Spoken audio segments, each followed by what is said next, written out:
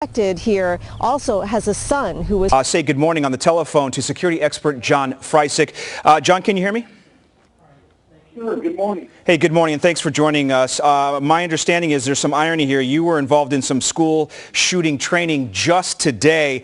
I know that this is a fluid situation down in Texas, so I wouldn't ask you to speculate on what's going on down there, but could you kind of speak generally, given that you are involved in school shooting training, where we are at right now? I know there was a time when it was lock the classrooms down, barricade the doors, stay hidden, and now a lot of schools are fleeing. They're going to nearby homes where it's safe. They're getting away from the campus. What is your involvement with the training now? You know, it's a very hot issue. You know, I've been in the security and investigation business now for over 30 years, and it's a very hot issue.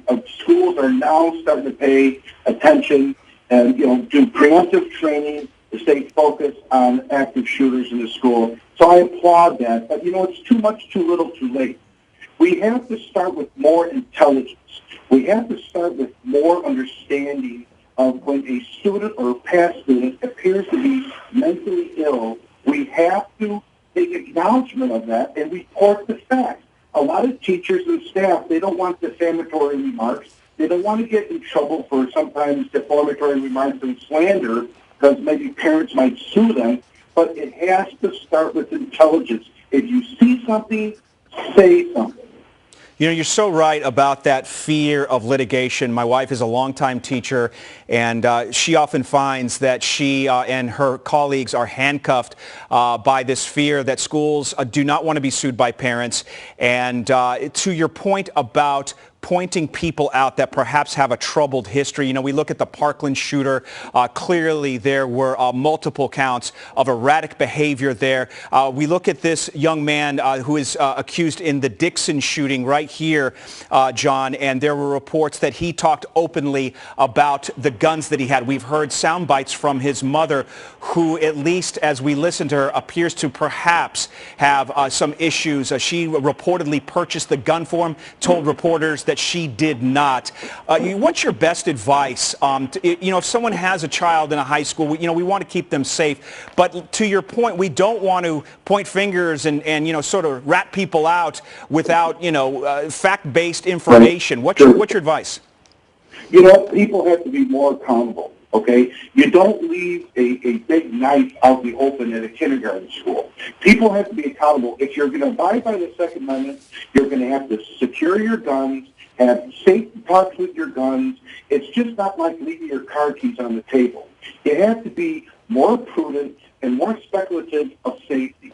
But having said that, there has to be 800 number trap lines established in every town where there's a high school. I truly believe it. It doesn't cost much. It could be an anonymous 800 hotline that anybody can call at any time to say, hey, listen, Robbie, he's not right. He's talking about bombing. He's talking about his dad's gun. He's talking about something. We need to spend a little money preemptively on our security because everything's cost prohibitive. When you have teachers, God bless them.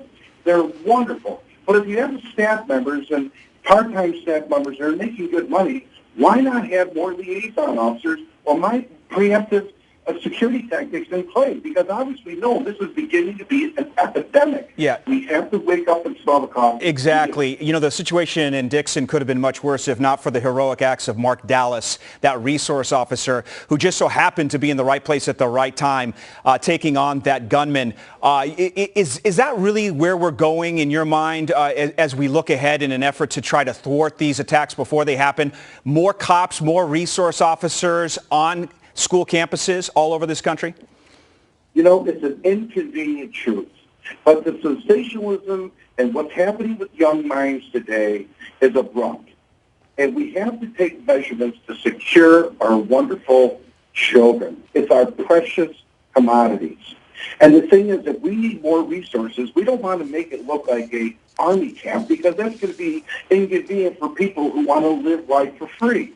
But the thing is, we have to step up our game, and we have to do more to educate people and to preemptively say, hey, our intelligence factor, because training today with all these staff members, I'm telling them we need better intelligence because we're letting things go by the wayside. All the classic signs are always there. but no one's doing preemptive intelligence by reporting it to the proper authorities. That's our problem. It starts and ends possibly with intelligence.